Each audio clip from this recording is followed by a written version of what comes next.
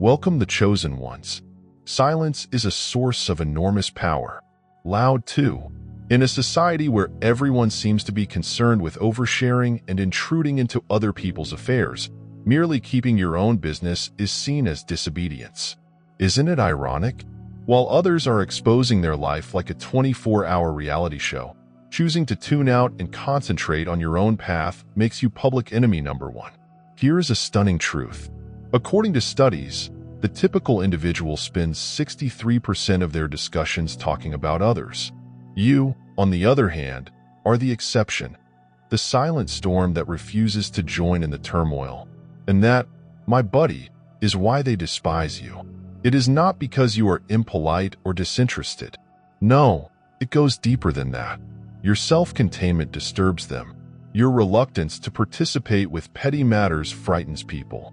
Heck, your very presence reminds them of what they should be doing instead of obsessing about you. It's not just hatred. It's projection, jealousy, and a hint of bewilderment.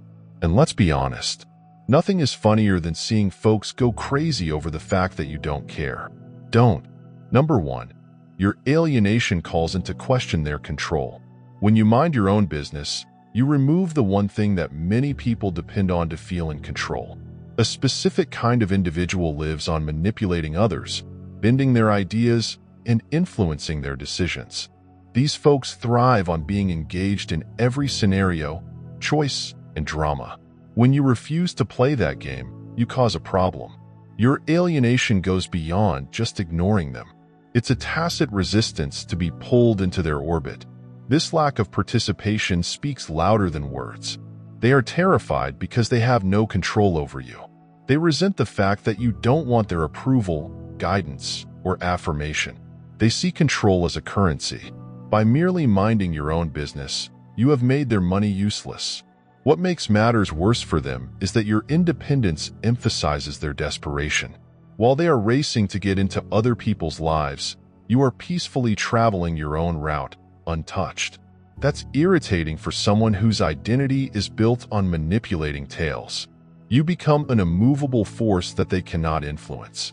For individuals like them, it is the ultimate insult. But here's the kicker.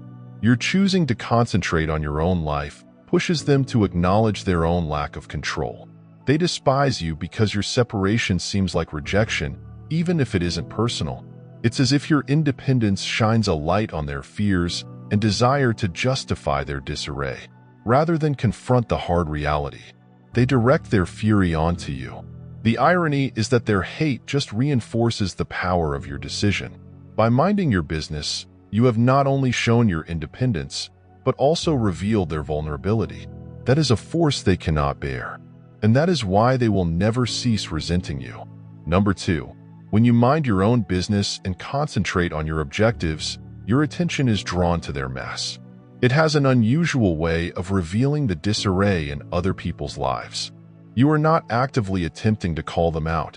In fact, just the opposite. Your clarity, discipline, and concentration, however, make an unmistakable quiet contrast.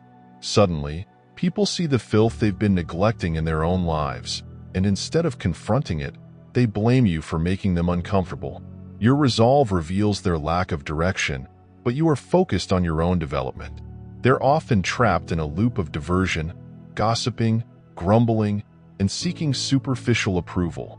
It is not that they are incapable of focusing on themselves. They don't want to. However, watching someone like you do it so brilliantly pushes them to face the truth they've been avoiding. And the encounter generates animosity. They will turn your attention into arrogance, your trained into detachment, and your tranquility into aloofness, since it's simpler to hate you than confess they've lost control. Your behaviors subtly call them out, even if you never say anything. And that mute truth speaks louder than any critique you could provide. What really irritates them is that you demonstrate that it is possible to soar above the noise and confusion. They realize that they may have what you have: focus, tranquility, and development, if only they put out the effort. However, rather of seeing you as an inspiration, they perceive you as a problem. Their hatred isn't really directed at you. It is all about what you represent. The sharp reminder that their diversions are their own fault and that they might have made better choices. That fact is far more difficult to stomach than their mistaken rage against you.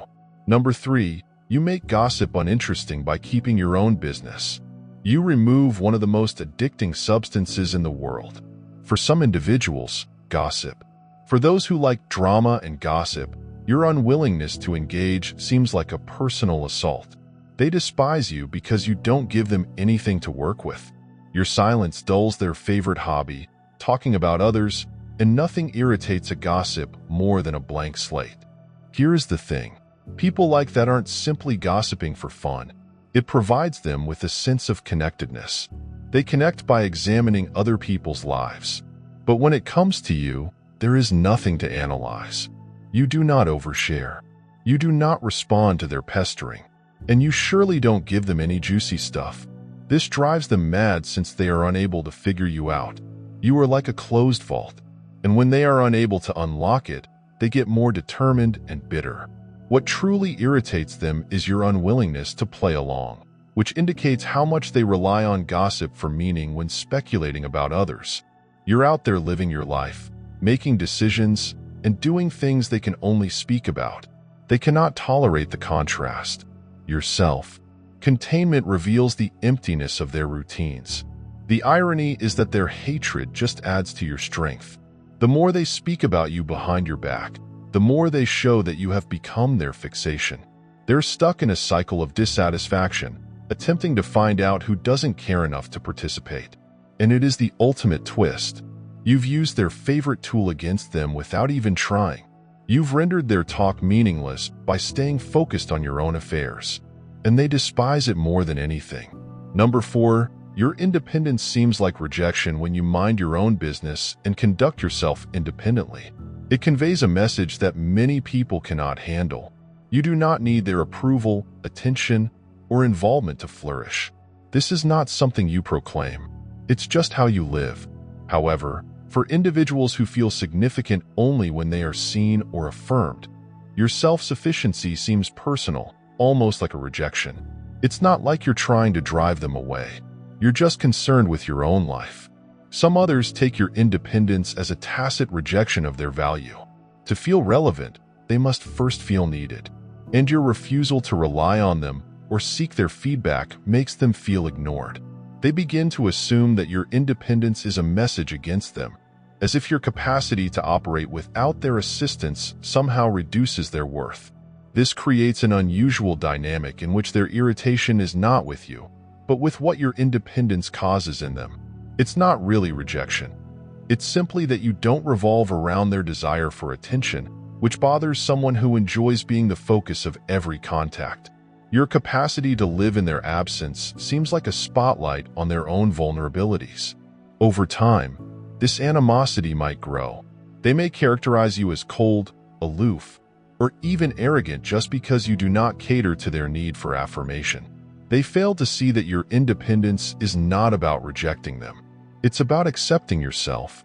But in their perspective, your self-reliance serves as a mirror, reflecting their neediness back at them. And they despise what they see. The irony. Their hatred is not based on anything you've done to them. It stems from their failure to recognize that you don't need them to determine your value. Number 5, you interrupt their need. For comparison, people have a propensity of judging their value by comparing themselves to others. It is how people feel significant, accomplished, or validated via comparison. However, when you focus on your own company, you completely break this loop. You don't play the game. And by refusing to compete, you remove their opportunity to compare themselves to you. This elicits a bizarre sort of animosity because, in their views, you're eliminating the scoreboard that they depend on to feel superior. Your inability to interact keeps them locked in their own heads. They can't evaluate your movements because you keep your life secret, and they can't place themselves above or below you since you're not even in the race. They've created an absence of comparison, which annoys them to no end. It's like trying to compete against someone who isn't even on the same level. It makes their attempts to feel superior seem futile. Some find this unpleasant. They may begin to fabricate their own stories about you to fill the void, projecting their assumptions or judgments onto your life since they are unable to get the knowledge they want.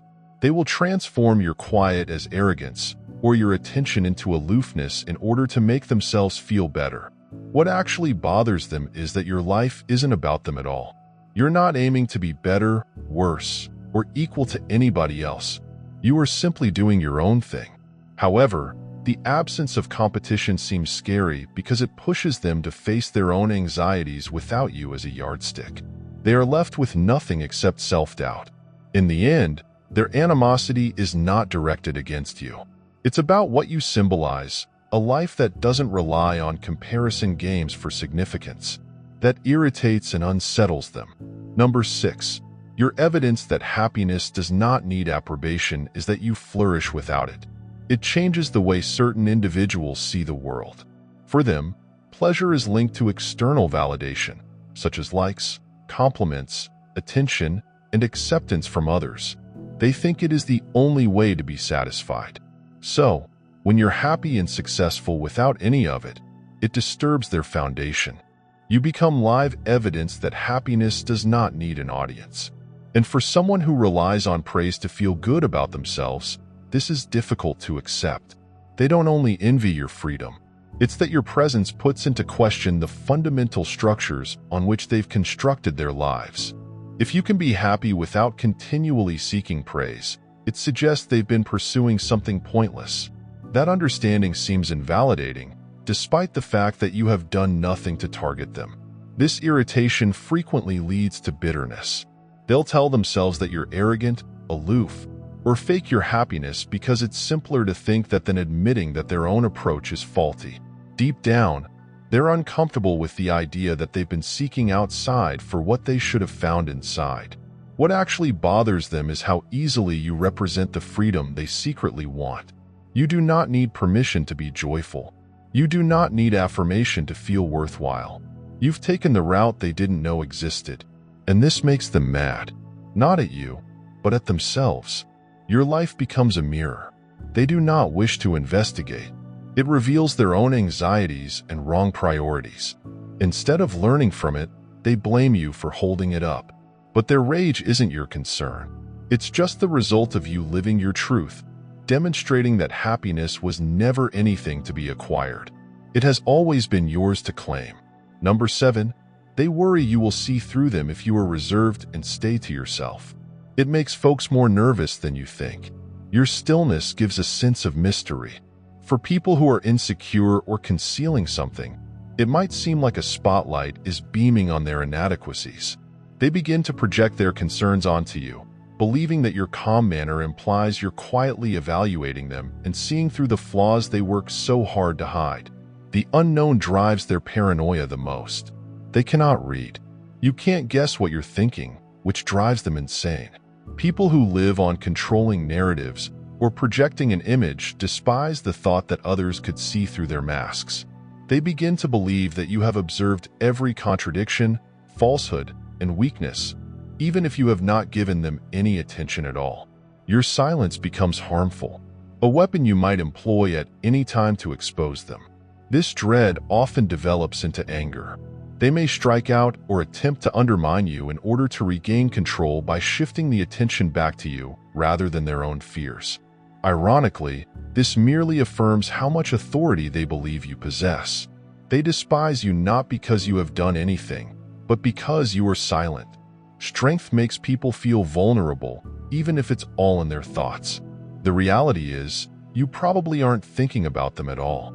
However, keeping reserved has both advantages and disadvantages.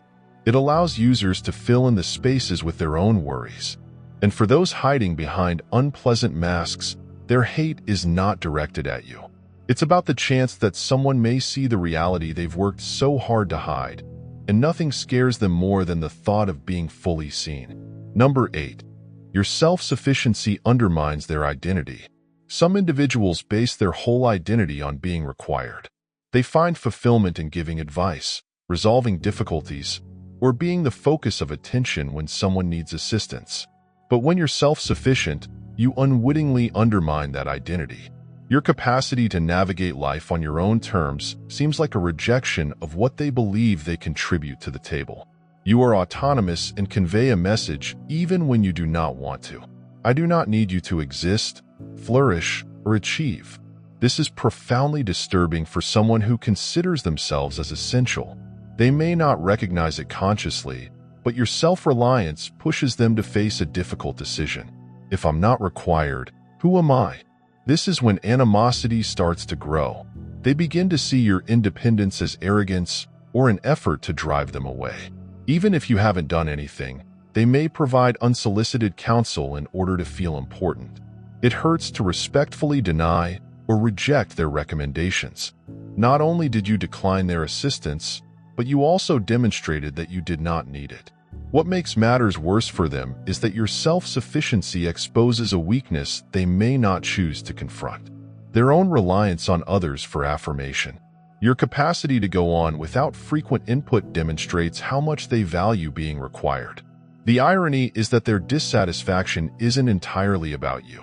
It's about the fact that your freedom makes people realize they may be living differently, finding value in oneself rather than how others depend on them. They, however, regard your self-reliance as a danger rather than an inspiration. That's why they detest you. Number 9. By minding your own business and focusing on your life, you compel them to look within. You unintentionally become a mirror for others, reflecting back what they're avoiding. People who live on drama, diversions, or denial find it far simpler to blame you than to tackle their own problems. Your serene self-sufficiency and capacity to live without always seeking approval compel people to look inside. And this is the last thing they want to do. Simply living without the need for affirmation or continual attention causes people to rethink their own decisions, habits, and lifestyle. They may witness your achievement and wonder why they haven't accomplished the same things. Or they may see your tranquility and be concerned about the upheaval in their own life. This anguish is unbearable for them, and instead of accepting responsibility, they transform it into animosity. It's a lot simpler for them to despise you than to acknowledge that they might be doing better for themselves. You become the unpleasant truth they are too terrified to face. Your unwillingness to participate in gossip, drama, or self-destructive activities becomes a covert criticism of their own shortcomings. They detest you because your mere presence causes them to confront the life they've been avoiding. A life in which they're out of control, haven't taken care of themselves, and have allowed distractions and excuses to hold them back. What pains them is that they cannot blame you for their disappointment. It is not about what you have done. It's about their own inability to fulfill the potential they know they possess. That's what gets them mad. It's simpler to strike out at you than to accept the difficult fact that they've been holding themselves back all along. Number 10. You refuse to be a participant in their drama by refusing to participate in the petty arguments and power games that toxic individuals thrive on. You completely upset their plan. For individuals who like creating drama, control the narrative, and influence others, your refusal to participate is an issue. You're not just avoiding their turmoil. You are denying them the pleasure of utilizing you as a pawn in their games. Toxic individuals thrive on inciting conflict and then dragging others in to defend or take sides. It gives them power. It captures their interest. It also fuels their need to feel in control. But staying out of it causes their whole setup to implode. They can't draw you into their drama because you won't cooperate. This lack of collaboration causes them to acknowledge that their typical techniques do not work on you, which irritates them more than they would confess. It's not just about you, sitting on the sidelines. Your hesitation to become involved demonstrates how little power they have over you. They may attempt to provoke, cajole, or guilt-trip you into participating, but if you do not react, they lose power. You've become a mirror of their incapacity to affect you, which has a negative impact on their fragile egos. They despise you because they can't use you as a tool in their mental games. You are no longer a piece in the chess match. And for someone who feeds on drama, this is a crushing loss. Instead of adding to their mayhem, you've created a vacuum, and the stillness you leave behind is louder than any quarrel they could instigate. They despise you for forcing them to accept the fact that their games do not work for everyone, and they can't tolerate it. Number 11. You redefine strength in the absence of noise. In a culture when loudness is often associated with strength, your calm concentration on your own life is a kind of quiet defiance. You don't have to yell, brag, or cause a scene to establish your value. Your power does not come from your attention-grabbing statements or behaviors. It's in your constancy, self-reliance, and capacity to stand firm in your views without seeking acceptance or affirmation from others. This type of strength is tremendous, but it's not something most people recognize or comprehend. To individuals who are used to asserting authority by loudness, drama, or domination, your calm confidence seems like a challenge. They see it as a quiet criticism of their own loud attention-seeking conduct when they are attempting to demand respect via their acts or words. You just exist, and your sheer being raises the issue of whether their continual validation is really essential. Your power is subtle, yet evident. You don't need to yell to be heard. You do not need to prove anything. And this is what enrages them. The fact that you do not depend on power theatrics makes their own performances empty and insecure. Their loudness is a protection mechanism, a means for them to hide their fears and fill the spaces they feel on the inside. Meanwhile, your calm strength reveals how frail their performance really is. People despise you not because you attempt to outdo them or brag, but because your presence redefines what genuine power looks like. And in doing so, it makes that loud, insecure show of power seem weak in contrast. The fact is that your capacity to be powerful without making noise is the most disruptive force of all. Number 12. You are a reminder of what they might be. Your capacity to mind your own business is more than simply a personal preference. It reflects your discipline, self-awareness, and development. In a world where most people are consumed by drama, diversions, or the need for continual affirmation, your ability to remain focused on your own path exemplifies all they think they could do. It is not enough to just ignore the noise. You must also have the fortitude to rise above it and concentrate on what is genuinely important to you. Many people strive to have this degree of self-control but find it difficult to sustain. They get caught up in external pandemonium, responding to everything and everyone when they see you. They are reminded of what they might be if they only had the same clarity or concentration. However, not all reminders are pleasant. Instead of drawing inspiration from your example, they hide their jealousy behind contempt. They hate you for pointing out the difference between where they are and where they know they might be. It's simpler to despise someone who seems to have everything together than to recognize that their own lack of self-control is holding them back. Your ability to remain in your lane makes others feel inadequate. It causes them to face their own failings. And since they are hesitant to confront the reality, they channel their dissatisfaction into animosity against you. The reality is, their animosity isn't based on anything you've done. It's about how your self-sufficiency, progress, and inner calm reflect their own unmet potential. That's something they can't bear looking at, so they decide to hate. Instead of admitting the potential of change, number 13 tests their feeling of control. Many individuals use control to feel comfortable or superior, whether by dominating talks, regulating others' views, or ensuring their agenda proceeds ahead. Control gives them a feeling of power. But when you mind your own business and live without being swayed by their desire to manipulate, you reveal a terrible reality. They don't have as much power as they believe. You're not playing by their rules, which undermines their whole strategy. They can't forecast your responses, influence your choices, or entice you into their emotional games. This undermines their ego since, without the capacity to control or influence your decisions, they are left with only their own anxieties. Your resistance to be dominated serves as a continual reminder that genuine power cannot be obtained by manipulating others. It is in your capacity to remain grounded and honest, untouched by the dramas others attempt to create. This reality seems like a smack in the face for someone whose identity is based on controlling their surroundings and the people in it. Instead of seeing your independence as a virtue, they perceive it as a rejection of their authority. They despise you because you've shown that the only genuine power resides in being true to yourself, unaffected by their efforts to bend people to their will. And it is something they cannot bear to watch because it pushes them to face the truth. They don't have complete control over everything, and they don't always have you under their control.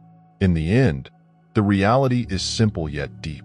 Your capacity to mind your own business, concentrate on your own development, and live your life on your own terms is a quiet revolution. It disrupts standards, reveals anxieties, and compels others to face their own flaws. It's not that you're deliberately attempting to disturb their world. Rather, you refuse to get drawn into their drama, diversions, and need for approval. Your independence and self-sufficiency are a mirror they are unable to see, which is why they despise you. But here's the deal. Their animosity is never directed against you.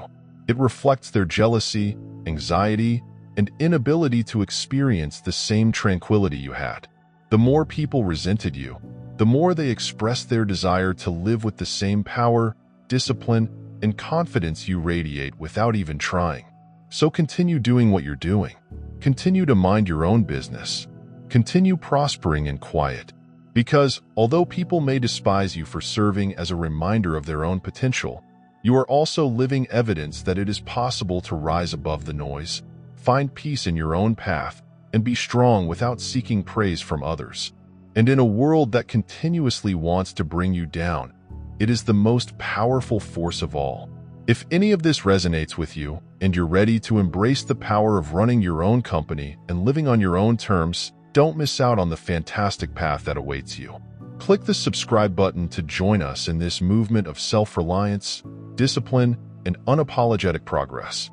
We're here to feast on knowledge, increase our self-awareness, and encourage one another to soar above the turmoil. Let us continue this topic together.